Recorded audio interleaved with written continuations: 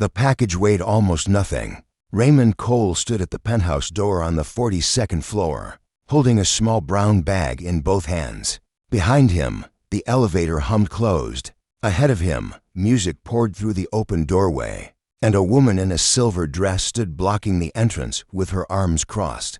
She looked at him the way people look at something they did not order. She said the delivery was 40 minutes late. She said he should have used the service entrance. She said, loud enough for the guests standing behind her to hear every word, that she did not understand why they kept sending people like him to her door. Raymond said he was sorry for the delay. He held out the package. She did not take it. She took a step forward and told him that if he could not manage a simple delivery on time, perhaps he should find work better suited to his age. The guests laughed. Then someone at the back of the room went very still. Before we continue, if you believe that every person, regardless of what they carry or what they wear, deserves to be treated with dignity, please take a second to like this video, subscribe to Loyal Hearts, and share it with someone who still believes that how we treat others reveals everything about who we are. Tell us where you are watching from today. Every comment, every city, every country reminds us that compassion has no borders. Raymond Cole was 71 years old. For 38 years, he had been one of the most respected architects in the country. His firm had designed hospitals, libraries, university campuses, and more than a dozen residential towers across for major cities. He had won awards he kept in a storage unit because his office walls were covered with blueprints instead. He had mentored over 100 young architects, many of whom now ran their own firms. He had also built the tower he was standing in. 11 years ago, Raymond's firm had completed the Hargrove residences, 44 floors of glass and steel that had redefined the city's skyline. The project had taken 3 years. Raymond had visited the site every week. He had chosen the stone on the lobby floor himself when his wife passed 2 winters ago. Raymond sold his firm to his junior partners at a price far below its value because he wanted them to carry it forward without debt. He kept nothing for himself except the drafting table she had given him on their wedding anniversary. He had started volunteering with the foundation 3 months later, not because he needed to be busy, because he had spent decades building things for people who could afford them, and he wanted to spend whatever time remained building something for people who could not. The foundation delivered medicine and groceries to elderly residents across the city who could no longer leave their homes. Raymond drove 3 shifts a week. He never mentioned who he was. He wore the same jacket. He carried the packages carefully. He said thank you to every door that opened. Vivian Hargrove had hosted parties in the penthouse every month since she and her husband, Daniel, had moved in 4 years ago. She was precise about the details, the flowers, the lighting, the guest list, the temperature of the room. She was less precise about the people she could not place in a category that mattered to her. Raymond had pressed the wrong button and arrived at the main entrance instead of the service door. It had cost him 6 minutes. He had apologized on the intercom before coming up. It had not been enough. She was still speaking. When Daniel Hargrove stepped through the guests and reached the doorway, he saw the man in the jacket.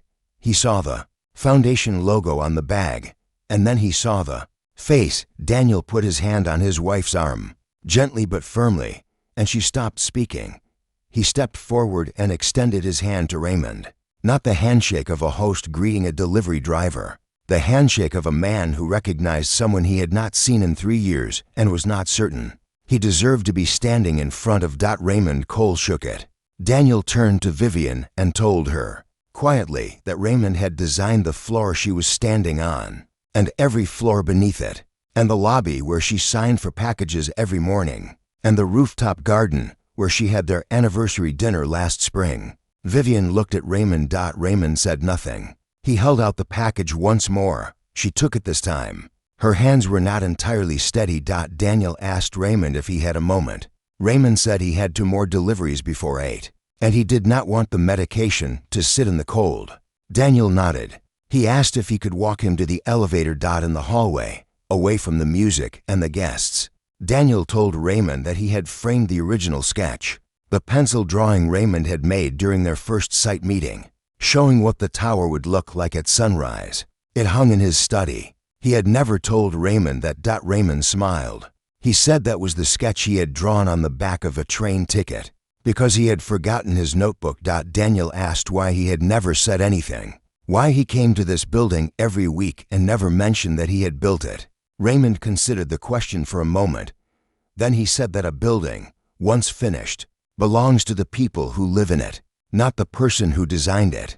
His name was already in the foundation stone on the ground floor, and that was more than enough for him. The elevator opened. Raymond stepped in, adjusted the bag in his hands, and pressed the lobby button. Daniel stood in the hallway until the doors closed. That evening, Vivian asked her husband to tell her more about Raymond Cole. Daniel talked for a long time. When he finished, she was quiet.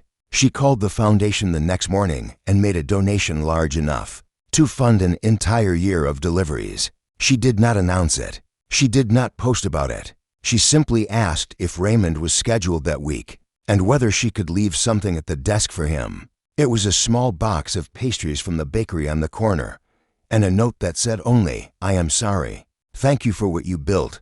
Some people carry their whole lives in silence, not because they have nothing to say, but because they have already said everything that mattered in the work they left behind. Raymond Cole had written his name in steel and stone across an entire city. He did not need anyone to read it. He just needed somewhere to be, and something worth carrying. If this story moved you, please like this video, share it with someone who deserves to be seen today, and subscribe to Loyal Hearts. Your support helps these stories reach the people who need them most. Special request, before you leave, please comment the words "still building" if you believe that. The greatest people are often the ones quietly doing the most, without ever asking to be noticed. We read every comment, and yours reminds us why these stories matter.